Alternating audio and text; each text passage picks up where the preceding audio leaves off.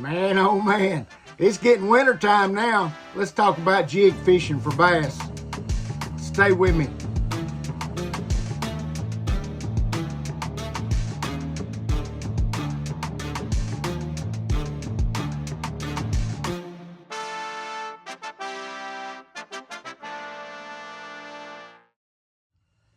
Well, my goodness, glad you could stop back by the shop today. Hey, it's done turned wintertime here in Tennessee. I got up this morning about daylight and it's 26 degrees and snowing. I'm like, my goodness, where did this come from? I'm down here in the shop, got my propane heater fired up, and we're just going to sit around, stay where it's warm, maybe work on some tackle. But I tell you what, when this happens, it was like a 70, 73 degrees or so a couple of days ago. Beautiful. Now today it's like it is, cold and snowing. My thoughts go immediately to a wintertime bite. You know, we followed these fish from the main lakes and the rivers to the back of the creeks, and been following them there, catching a bass that's eating a shad. Now they've started moving back. You can go back in the back of creeks. A friend of mine, he and I went fishing 3 days ago, and there wasn't any fish in the back of the creeks. They just weren't there because they've started moving out, knowing this. So we have to stay ahead of them. And when that happens, my mind immediately goes to my favorite lure to fish in the fall, late fall, winter time, pretty much year round. I mean, I am the jig master. That's what my friend says. But anyway, I love a jig. I mean, I just love to throw a jig, and after they've gorged themselves on these shad, they're moving back out to the rivers and to the main lakes to go down deeper for the winter time. I'm looking at rock transitions. I'm looking at steep bluffs right on the river, on the points of the river, on the points of the main lake. Water temperature's falling now. It's down to about 60 now, where it was 85 and 90. You know, back in the summertime when we were catching a lot of fish in the shade and up against the docks and such. But now I start thinking of this. So my thoughts immediately go to a football jig, because you're going to be fishing right up against these bluffs. You're going to be fishing these rock transitions.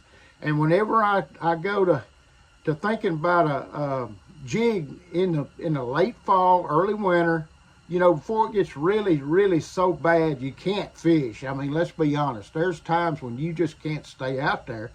Those times I'm throwing a jig. Now I try to keep it as natural as I can, just as natural of that as I can. And this is a really good one right here. You can see how it's colored up.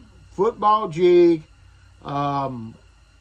That's what I'll throw in the fall. Now I don't want a trailer that's doing a lot of action to them.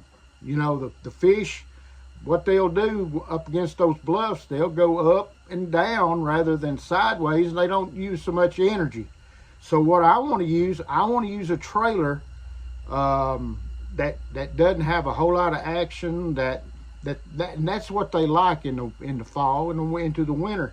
Now this one here, just a little small double-tailed grub, as you see right here on that natural jig, colored jig, is an ideal selection to put on that jig right there. Now a lot of you that don't fish a jig, you know, you say, well, I can't catch any fish on jig. Stay with it.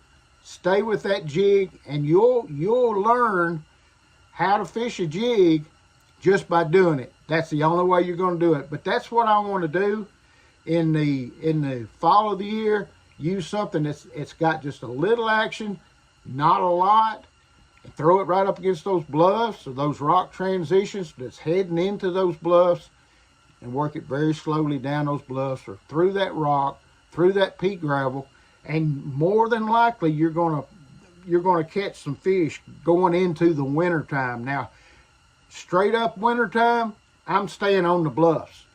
Staying on the bluffs. I'm throwing a jerk bait. I'm throwing a jig. Those are my two main baits in the dead of winter. But this time of year, I'm throwing a jig. That'll get you more bites than pretty much anything you can throw. I know different parts of the country right now, a lot of you's already started getting into the winter and got snow on the ground a whole lot worse than we do. But from where I'm at, say, you know, Kentucky South, through Tennessee, Alabama, all down in the southern part of the United States, that's going to be a really good bait for you to use and hopefully catch you some fish. So I appreciate you stopping, like and share this video. And if you don't mind something that's happening on the videos now is hype. That's the way we get through the algorithm. So if you don't mind, maybe hype this video, and I'd appreciate it. So thanks a lot. Stop back by and we'll talk some more. It's going to get to where we're staying in the shop a whole lot because of the weather. So see you next time. Appreciate you stopping by.